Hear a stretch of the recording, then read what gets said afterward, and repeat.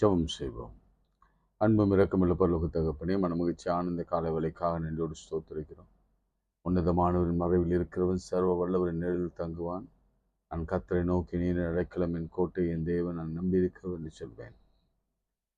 அவர் உன்னை வேடனுடைய கண்ணிக்கும் பாழாக்கும் கொள்ளைக்கும் தப்புவிப்பார்.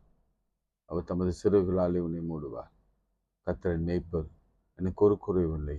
சிங்கக்குட்டிகள் தாட்சியடைந்த பட்டினியாருக்கோ கர்த்தரை தேடுவதற்கோ ஒரு நன்மையும் குறையப்படாது. நான் எக்காலத்திலும் ஸ்தோத்தரிப்பேன். கர்த்தரை நான் எக்காலத்திலும் ஸ்தோத்தரிப்பேன். அவர் துதி எப்பொழுதும் என் வாயில் இருக்கும். கர்த்தருக்குள்ளே நாத்தம் மேன்மை பாராட்டும் சிறுமைப்பட்டவர்கள் கேட்டு மகிழ்வார்கள். நான் அமர்ந்திருந்து கர்த்தர் நல்லவர் என்பதை ருசித்து பார்ப்பேன்.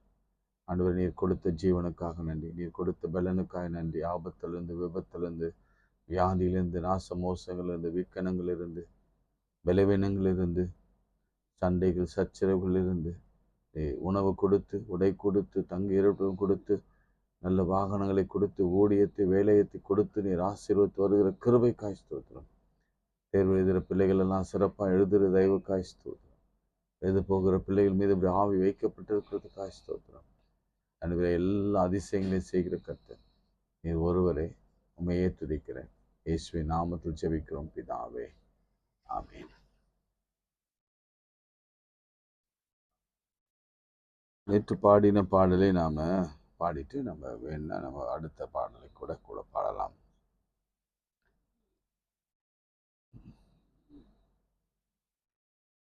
இயேசுவே உம் நாமமே உயரணும், அல்லேலூயா. இயேசுவே உம் நாமமே உயரணும், அல்லேலூயா.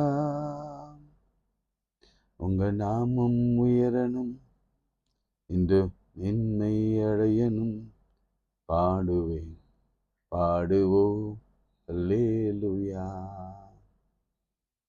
உங்க நாமம் உயரணும், இன்று மென்மை அடையணும், பாடுவேன் பாடுவோம் அல்லேலூயா. அல்லேலூயா அல்லேலூயா அல்லேலூயா அல்லேலூயா அல்லேலூயா அல்லேலூயா அல்லேலூயா அல்லேலூயா. பெருங்காற்று அடங்கி போகும், எக்கடலும் வழி திறக்கும், உங்க நாமம் உயர்த்தும் போது கண்மலைகள் கரைந்து போகும். பெருங்காற்று அடங்கி போகும், கடலும் வழி திறக்கும், உங்க நாமம் உயர்த்தும் போது கண்மலைகள் கரைந்து போகும். இயேசுவே நாமமே உயரணும், அல்லேலூயா.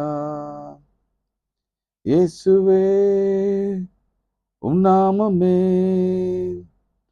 பெருகணும், அல்லேலூயா. உங்க நாமம் உயரணும், மேன்மை அடையணும், பாடுவேன் பாடுவோம் அல்லேலூயா. உங்க நாமம் உயரணும், இன்று மேன்மை அடையணும், பாடுவேன் பாடுவோம் அல்லேலூயா. உங்க நாமம் உயரணும், இன்று மேன்மை அடையணும், பாடுவேன் பாடுவோம் அல்லேலூயா. இன்னொரு பாடலை பாடலாம், ஒரே ஒரு ஸ்டான்ஸ் மட்டும் என்னோட கூட சேர்ந்து பாடுங்க. உம் நாமம் சொல்ல சொல்ல என் உள்ளம் மகிழுதையா, என் வாழ்வில் மெல்ல மெல்ல உம் இன்பம் பெருகுதையா. உம் நாமம் சொல்ல சொல்ல மாணிக்கத்தேரோடு காணிக்கை தந்தாலும் உமக்கது இணையாகுமா? உலகமே வந்தாலும் உறவுகள் நின்றாலும் உமக்கது ஈடாகுமா? மாணிக்கத்தேரோடு காணிக்கை தந்தாலும் உமக்கது ஈடாகுமா? உலகமே வந்தாலும் உறவுகள் நின்றாலும் உமக்கது ஈடாகுமா? நாமம் சொல்ல சொல்ல என் நெஞ்சம் மகிழுதையா, என் வாழ்வில் மெல்ல மெல்ல உன்னின்பம் பெருதையா. பாலின்பெண் தேனின்பெண் தெவிட்டாத அனுமதின்பெண் உன்னாமம் என்னவென்பேன்.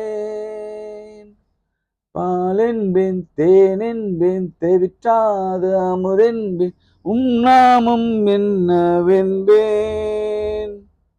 மறு என்பேன் நிறை என்பேன் நீங்காத நினைவென்பேன் உன்னாமம் என்னவென்பேன். உன்னாமம் சொல்ல சொல்ல நெஞ்சம் மகிழுதையா, என் வாழ்வில் மெல்ல மெல்ல இன்பம் தொல்லுதையா. உன்னாமம் சொல்ல சொல்ல. கைகளை உயர்த்து. ஆண்டவரே, நிற்க பலன் இல்லையப்பா.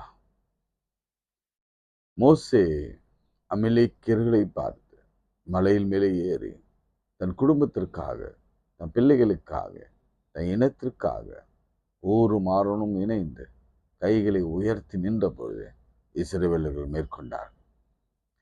நாம உயர்த்திருந்த ஒரு வினாடி நம்ம சத்துருவை மேற்கொள்வோம், சாவை மேற்கொள்வோம், சாபத்தை மேற்கொள்வோம், ஏன் வறுமையை மேற்கொள்வோம், சண்டை சர்ச்சைகளை மேற்கொள்வோம்.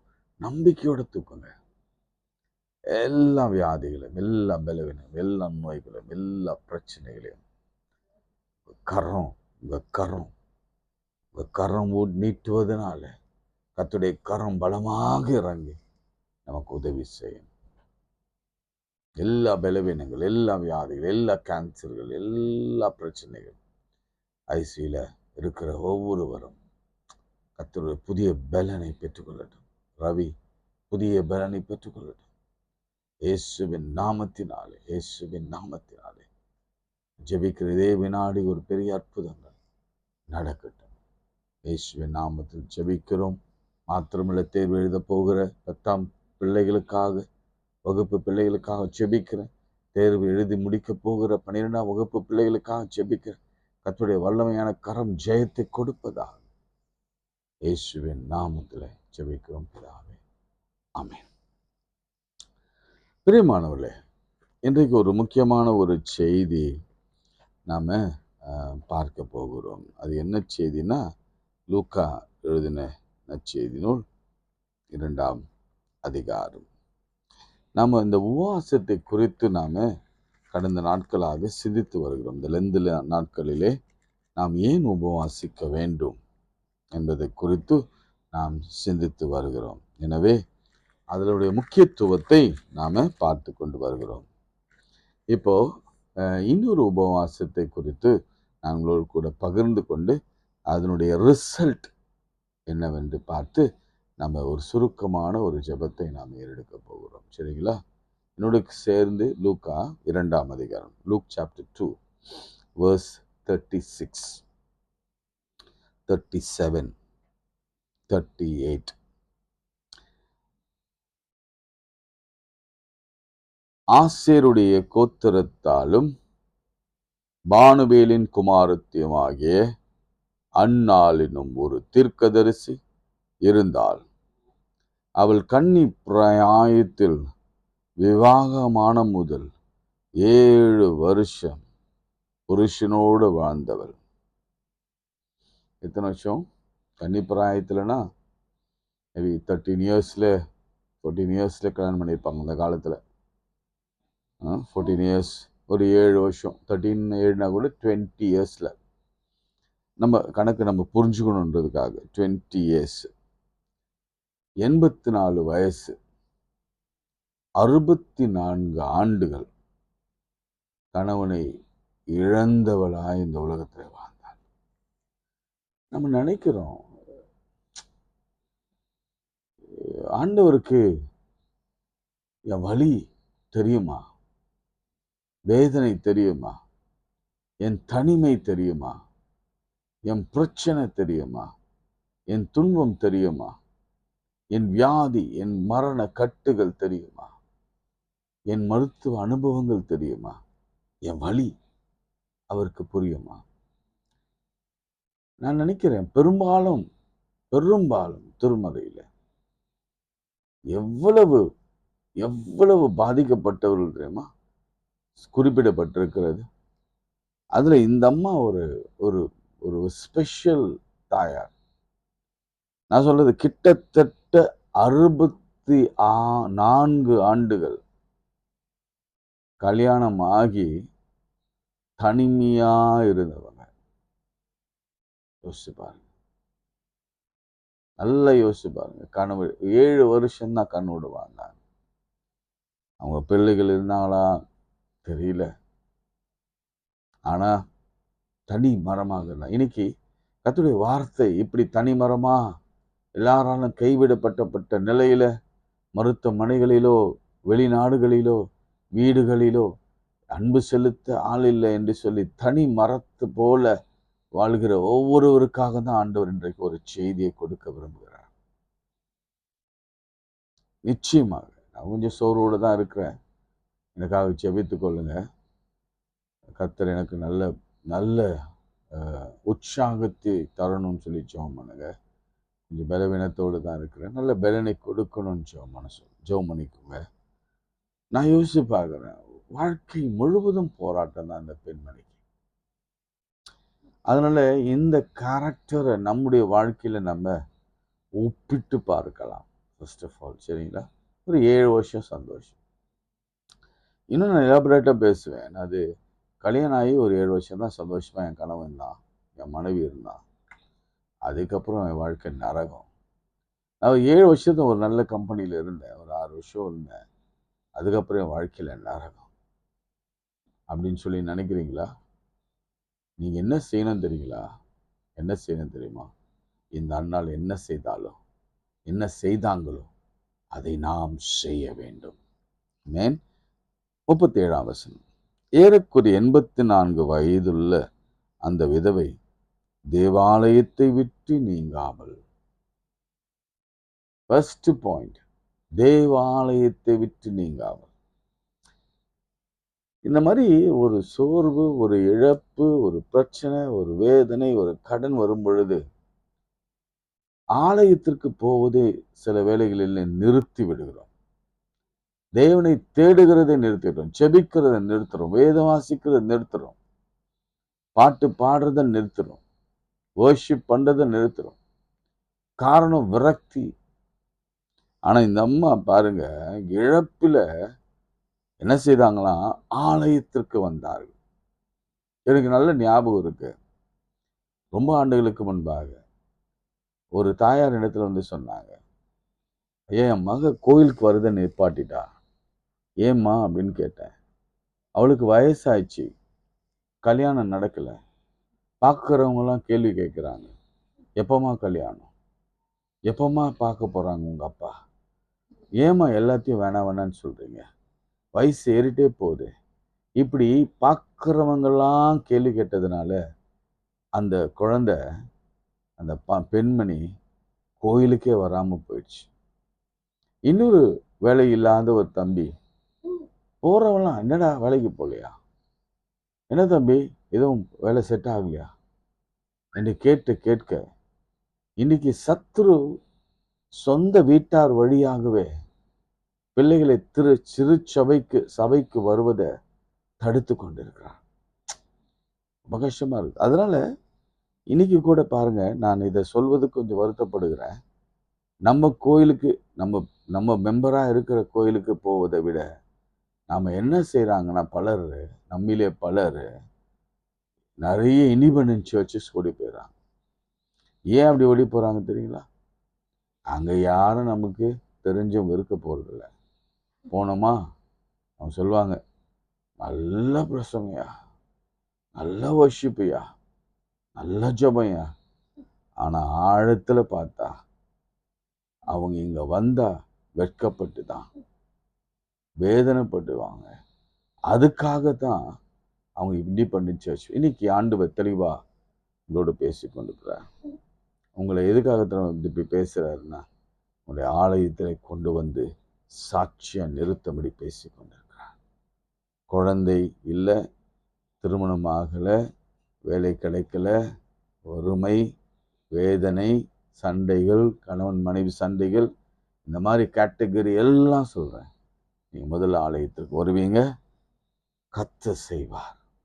ஆமென். கர்த்தர் இன்று பேசினார்னா அதை நிறைவேற்றுவார். அல்லேலூயா. ரைட்.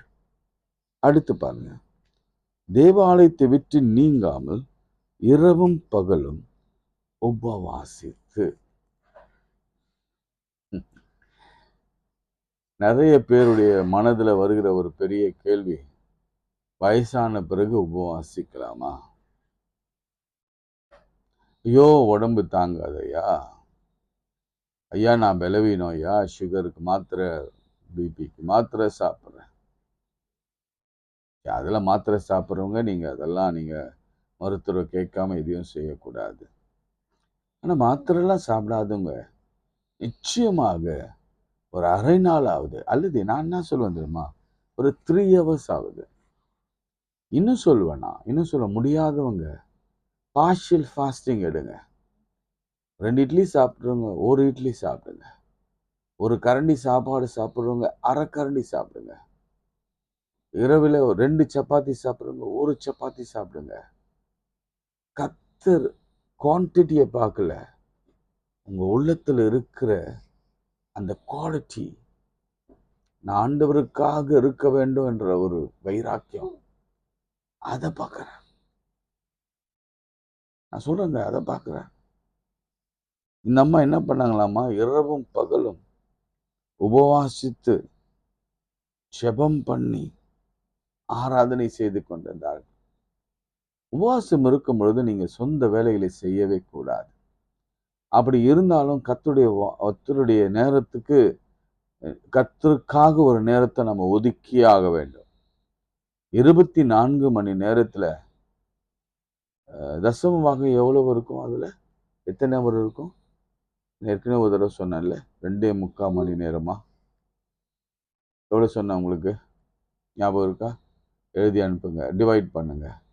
24 டிவைடட் பை இல்லை என்னது 1/10, அது டிவைட் பண்ணி எனக்கு எழுதி அனுப்புங்க.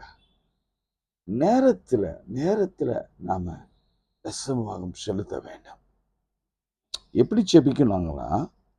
ஃபாஸ்டிங் இருந்து ஜெபம் பண்ணி. பிரியமானவர்களே, ஜெபம் பண்றதுக்கு நல்ல ஒரு கால சூழலும் நல்ல ஒரு இடமும், சுவிட்ச் ஆஃப் பண்ணி மொபைலை டிவியை அணைத்து போட்டு நல்ல பிரைட் லைட்ல உட்கார்ந்து ஆண்டவரை நோக்கி ஜெபிக்க வேண்டும். முழங்காலில் நின்று கைகளை உயர்த்தி, அல்லது எலியாவை போல முகம் குப்புற விழுந்து, இயேசுவை போல ஆண்டவருடைய வேர்வை, நீங்க அதாவது எக்ஸ்பீரியன்ஸ் பண்ணி பாருங்க. கரண்ட்லாம் ஆஃப் பண்ணிட்டு வேர்வை அப்படியே ஊற்றணும், அந்த இடம் முழுவதும் ஊற்றணும். நீங்க ட்ரை பண்ணி பாருங்க. உடனே நல்லா தண்ணி குடிச்சிடுங்க, ஏன்னா ரொம்ப வேர்வையும் விடக்கூடாது. ரைட்? ஐயோ ஐயா சொன்னாரு, நான் நிறைய வேர்வை சேர்ந்து அப்புறம் டீஹைட்ரேட் ஆகிட போகுது. ட்ரை பண்ணுங்க. உபவாசம் இருந்து ஜெபம் பண்ணி ஆராதனை, பாட்டு பாட. இப்போது ஏன் இந்த ஃபர்ஸ்ட் சாங்கு நான் எடுத்தேன்னா, எனக்கு ரொம்ப பிடிச்சதுன்னா, அந்த பாட்டை கற்றுக்கிறவரைக்கும். நான் இப்போ தப்பு தான் பாடினேன், எனக்கு தெரியும், உங்களுக்கும் தெரியும் நான் தப்பாக தான் பாடினேன். ஆனாலும் அந்த பாட்டை ஞாபகம் வர்ற வரைக்கும் அந்த பாட்டை விட மாட்டேன். எனக்கு அவ்வளோ பிடிச்சதுன்னா, அந்த பாட்டை விட மாட்டேன். ரொம்ப அழகா அந்த பாட்டை அந்த தம்பி பெனட் எழுதியிருக்கிறார். சிறைச்சாலை அடைப்பதில்லை, சங்கிலிகள் நிரந்தரமில்லை, உங்க நாமம் உயர்த்தும் போது அஸ்திபாரம் நிலைப்பதில்லை. அழகா இருக்குல்ல. சிறைச்சாலை அடைப்பதில்லை, சங்கிலிகள் நிரந்தரமில்லை, உங்க நாமம் உயர்த்தும் போது அஸ்திபாரம் நிலைப்பதில்லை. அது முந்தி ஸ்டான்ஸை பாருங்க. சிங்கத்தின் கெபியிலும் தீச்சூளை நடுவீனிலும் உங்க நாமம் உயர்த்தும் போது சேதங்கள் அணுகிடாது. சிங்கத்தின் மேலும் நடந்து பால சிங்கத்தையும் வலு சிறுபத்தையும் நீ மிதித்து போடுவாய், ஒரு சேதமும் அணுகாது. அதுக்கு முதல் ஸ்டாண்ட். பெருங்காற்று அடங்கி போகும், எக்கடலும் வடித்திறக்கும், உங்க நாமம் உயர்த்தும் போது கண்மலையும் கரைந்து போகும். கண்மலைனாவா? அன்று சொல்லுவார்ல, இந்த மலையை பார்த்து பெயர்ந்து சமுத்திரத்தின் ஆழத்துல போனா அது போகும். விசுவாசம், கடுகளு விசுவாசத்தோட பாடுங்க. நல்ல ஸ்பாட்டிஃபை இருக்கு, இப்போ ரேடியோ வாங்குங்க, அதில் நல்ல நல்ல கிறிஸ்டின் சாங்ஸ் தினந்தோறும் கேளுங்க, கூடவே சேர்ந்து பாடுங்க. நிறைய வந்துருச்சு, அலெக்சா மாதிரிலாம் ஒரு சின்ன சின்ன சின்ன காரியங்கள்லாம் வந்துருச்சு. அதில் இப்போ நீங்கள் ஒரு ப்ளூடூத்தை கனெக்ட் பண்ணிவிட்டு சிங்ஸ் ஒரு கிறிஸ்டின் சாங்கை பாடுங்க அப்படின்னு நீங்கள் கமெண்ட் பண்ணிங்கன்னா நிறைய பாட்டுகளை பாடலாம். நீங்கள் பாடி பாருங்க. ஆண்டவரை உயர்த்த உயர்த்த வசனம் சொல்லுகிறது, அவர் வந்து ஆசீர்வதிப்பார். அவரை உயர்த்துகிற எந்த ஸ்தானத்திலும் அவர் வந்து ஆசீர்வதிப்பார். ஒரே ஒரு பாட்டு பாடுங்க, உங்களை வந்து ஆசீர்வதிப்பார். அந்த எளிமையான முறையை சொல்லி கொடுக்குறேன், நீங்க பாட்டு பாட மாட்டீங்க. நிறைய ஹெட்ஃபோனை வச்சு கேட்குறீங்கல்ல, ஒரு நல்ல Christian song, latest song, news song கேளுங்க. வரம் இருந்தால் பாடல் எழுதுங்க, வரம் இருந்தால் மியூசிக் கம்போஸ் பண்ணுங்க, வரம் இருந்தால் உங்க பாடலை யூடியூபா வடிவத்தில் கொண்டு வாங்க. ஏன் கர்த்தர் நமக்கு வரங்களை கொடுக்கவில்லையா? கொடுத்திருக்கிறார், சிறப்பா நடத்துவார். எனவே ஆராதனை செய்து கொண்டிருந்தார். சரி, என்ன நடந்தது? உபவாசம் பண்ணி ஜெபம் பண்ணி ஆராதனை செய்து கொண்டிருந்தார். எங்க? ஆலயத்தை விட்டு நீங்காம. எத்தனை வருஷம்? தோராயமா 64 வருஷம். தோராயமா நான் சொல்றேன், 60 years வச்சுக்கோங்க. என்ன கட்சிது அவளுக்கு? கேட்கலாம், ஐயா உபவாசம் இருந்து என்னையா கட்சிச்சு? எங்களுக்கு உபவாசம் இருந்து ஜெபம் பண்ணி என்னையா கட்சிச்சு? நான் 3 நாள் என்னையா? ஐயா நான் காலையில சாப்பிட்றதே இல்லையா? ஐயா நான் வெள்ளிக்கிழமை சாப்பிட்றதில்ல, செவ்வாய்க்கிழமை சாப்பிட்றதில்லையா காலையில? ஐயா ஞாயிற்றுக்கிழமை கோயிலுக்கு போயிட்டு வந்துதான் ஏன் சாப்பிடுவேன்? ஐயா என்னையா கட்சிச்சு எனக்கு? இந்த கேள்வி நீங்க வைக்கிறீங்களா? அப்போ உங்க உங்க உபவாசம் கரெக்டு தான், ஆனா உபவாசத்தில் இருக்கிற கூறுகள் இல்லை, ஜெபம் இல்லை, ஆராதனை இல்லை, இல்ல அதோடு சேர்ந்து இரவும் பகலும் ஜெபிக்கிறது இல்லை. சரி, என்ன கிடைச்சது பார்க்கணும்ல, என்ன கிடைச்சதுன்னு பார்க்கணும்ல, அது உங்களுக்கும் கிடைக்கணும்ல. ரைட், வாசிக்கிறேன் பாருங்க. அவளும் அந்த நேரத்திலே வந்து நின்று கர்த்தரை புகழ்ந்து எருசலேமில் முற்புண்டாக காத்திருந்த யாவருக்கும் அவளை குறித்து பேசினார். என்ன கிடைச்சதுன்னா, நீங்க முன்னாடி தான் போகணும். எங்க போகணும்னா, இங்க வரணும். முதல் பேரான 23ஆம் வசனம், முதல் பேரான அந்த பிள்ளையையும் கர்த்தருக்கு பரிசுத்தமானது என்னப்படும் என்றும் கர்த்தருடைய நியாயப்பிரமாணத்தில் எழுதியிருக்கிறபடியே அவருக்கு கர்த்தருக்கென்று ஒப்பு கொடுக்கவும், யாருங்க? இயேசுவை கர்த்தருடைய நியாயப்பிரமாணத்தில் சொல்லியிருக்கிறபடியே ஒரு ஜோடு காட்டு புறாவாவது 2 புறா குஞ்சுகளாவது பலியாக செலுத்தவும் அவரை எருசலேமுக்கு கொண்டு போனார்கள். எங்க கொண்டு போனாங்க? எருசலேமுக்கு இயேசு கிறிஸ்துவ குழந்தையா கொண்டு போனாங்க.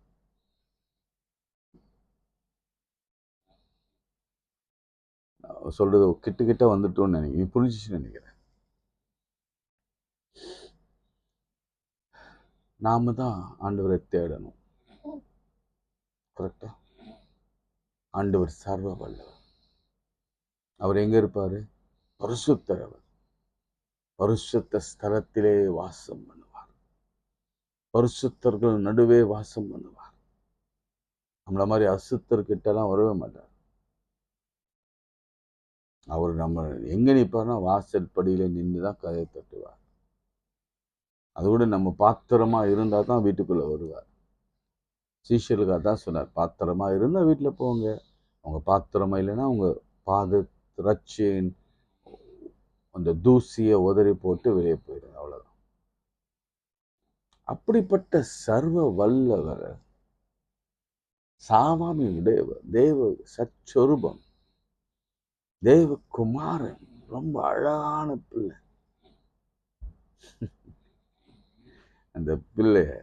அந்த பிள்ளை இப்படி சொல்றேன், ஆவியில சொல்றேன், அந்த பிள்ளை 2 வயதானவர்களை தேடி வந்தது. அதுல முக்கியமான இப்ப நம்ம வாசித்த அந்த அன்னாளை அந்த குழந்தை தேடி வந்தது பார்க்க.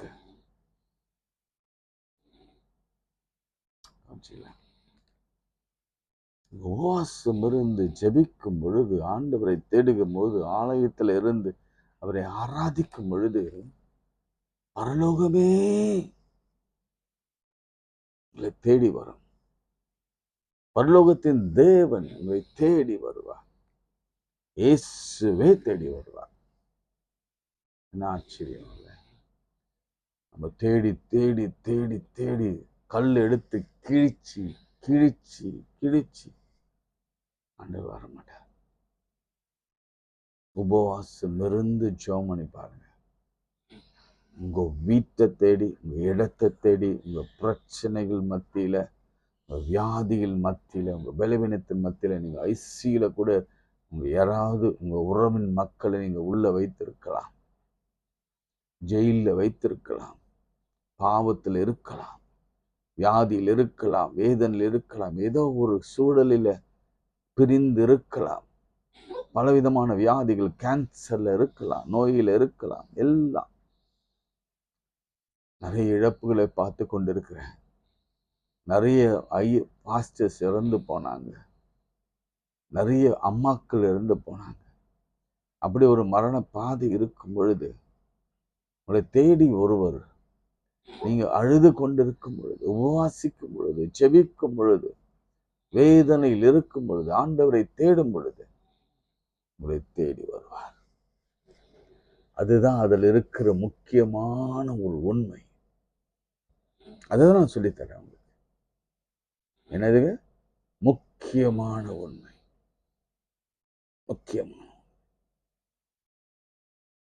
இன்னைக்கு அன்னாளை போல நீங்க மாறி பாருங்க.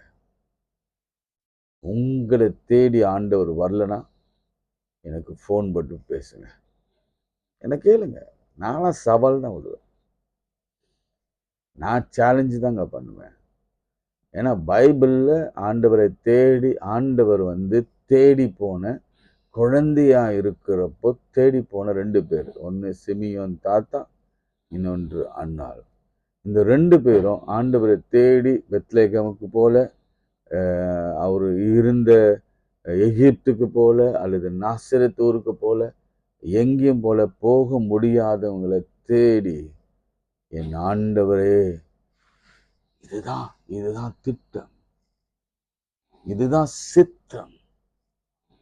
யாரெல்லாம் முடியாம வீட்டுல வேதனையோடு கூட, ஐயோ ஆண்டவரே என்று கலங்கி நிற்கும் பொழுது அவரே நிற்பார். இன்னைக்கு நான் உங்களுக்கு சேலஞ்ச் பண்றேன், வைராக்கியத்தோடு நில்லுங்க. உங்க வீட்டில் ஆண்டவர் வந்து நிக்கலன்னு என்ன கேளுங்க. அவருடைய பிரசனம் வந்து அங்க நிக்கலன்னு என்ன கேளுங்க. அவர் உங்களை வந்து தொடலனா என்ன கேளுங்க. தொடலனா என்ன கேளுங்க. நான் சொல்றேன் 100% நான் உங்களுக்கு சொல்றேன். நான் அப்புறம் ஆண்டவரத்துல கேட்பேன், ஏன் அண்ணாளுக்கு வந்தீங்க, சிமியோனுக்கு வந்தீங்க, ஏன் எங்க ஆள் ஜபித்த போது நீங்க வரல, உபவாசித்த போது வரல, ஆராதித்த போது வரல, ஆலயத்துல உண்மை தேட வந்த போது வரல, 60 வருஷமா ஜபிக்கிறாங்க, ஏன் வரல நான் கேட்கிறேன். உங்களுக்காக நான் கேட்கிறேன். நம்ம தேவன் பாரபட்சம் உள்ள தேவன் அல்ல. இன்னைக்கு ஆரம்பிங்க. பெரியவங்களுக்கும் சிறியவங்களுக்கும் வாலிப பிள்ளைகளுக்கும் நான் சொல்ல கொடுக்கிறது இதுதான். உபவாசத்தோடு தேடுங்க. கர்த்தருடைய சமூகம் முன்பாக வந்து நிற்கும். நிற்பதோடு கூட இல்லை, நிற்பதோடு இல்லை, ஒரு பெரிய அதிசயம் நடக்கும். சந்தோஷம், மகிழ்ச்சி, தீர்க்க தரிசன நிறைவேறுதல், வாக்கு தத்தங்கள் நிறைவேறுதல். இல்ல எதுதான் உங்களுக்கு வாக்குத்தத்தமா கொடுக்கப்பட்டு அது வாக்குத்தத்தங்கள் காலதாமதமாய் கொண்டிருக்கிறதோ அதெல்லாம் நிறைவேறுதல். வியாதி பலவீனங்கள் எல்லாவற்றுக்கும் ஒரு முடிவு, மரண கட்டுக்கு ஒரு முடிவு, சாபத்துக்கு ஒரு முடிவு, வேதனைக்கு ஒரு முடிவு, கடனுக்கு ஒரு முடிவு, எல்லா உத்தரவுங்களுக்கு ஒரு முடிவு, தோல்விக்கு ஒரு முடிவு கர்த்தர் கொடுப்பாரு. நீங்க முழுங்க உபவாசத்தோடு தேடினீங்கன்னா கிடைக்கும். நான் சிம்பிளா சொல்றேன், ரொம்ப பெருசா தியாலஜிலாம் ஒன்றும் இல்லை. உபவாசத்தோடு தேடுங்க. அதுவும் சொல்லுவேன் உங்களுக்கு, ரொம்ப ரொம்ப பெருசா நீங்க பயங்கரமா வயிறை ஒட்டி போய் உட்கார்ந்து கொண்டு இருக்கணும்னு அவசியம் இல்லை. கொஞ்சம் குறைச்சி, கொஞ்சம் கொஞ்சமா குறைச்சி, கொஞ்சம் கொஞ்சமா குறைச்சி, கொஞ்சம் கொஞ்சமா குறைச்சி, நிறைய ஜபித்து, நிறைய வேத வாசித்து, நிறைய பாட்டு பாடி, நிறைய ஆலயத்திற்கு போய் வருவார். எத்தனை பேருக்கு ஆண்டவர் உங்க வீட்டுக்கு வரணும் உங்களை தேடி? அன்புள்ள ஆண்டவர், இந்த வேலைக்காய் நன்றியோடு ஸ்தோத்திரிக்கிறோம். இந்த பிள்ளைகளை தேடி போங்க. நான் சவால் விட்டுருக்கிறேன், நான் சேலஞ்ச் பண்ணியிருக்கிறேன். ஒவ்வொருவரையும் தேடி போவீங்கன்னு சொல்லியிருக்கிறேன். உங்களை பலப்படுத்துங்க, திடப்படுத்துங்க, சுகப்படுத்துங்க. எல்லா பிரச்சனைகளுக்கும் ஒரு முற்றுப்புள்ளி, எல்லா தேவைக்கும் ஒரு முற்றுப்புள்ளி, எல்லா குறைவுக்கும் ஒரு முற்றுப்புள்ளி வைங்க, எல்லா கடனுக்கும் ஒரு முற்றுப்புள்ளி வை. விரோதமாக எழும்புகிறவரை கத்த நிர்மூலமாக்குங்க. நம்ம இல்லாதே போகணும் இயேசுவின் நாமத்தினால். எத்தனை நாள் துஷ்டங்கள், துஷ்ட மிருகங்களும் துஷ்டர்களும் உலகத்தில் வாழ்ந்து கொண்டிருப்பார். அழித்து சாம்பலாக்குங்க இயேசுவின் நாமத்தினால். இயேசுவே மனதோடு ஸ்தோத்திரிக்கிறேன். பலவீனத்தின் மத்தியில் அடியேன் வந்திருக்கிறேன்ப்பா, பலப்படுத்துங்க. எனக்காக செபிக்கிற அநேகரை எழுப்புங்கப்பா. நானும் அவர்களுக்காக செபிக்கிறேன் இயேசுவின் நாமத்தின் பிதாவே, ஆமென். ஆண்டவராகிய இயேசுவின் கிருபை, பிதாவாகிய தேவனுடைய அன்பு, பரிசுத்த ஆவியின் ஐக்கியம் நம் அனைவரோடும் இன்னும் சதாக்கள் நிலைத்திருப்பதாக.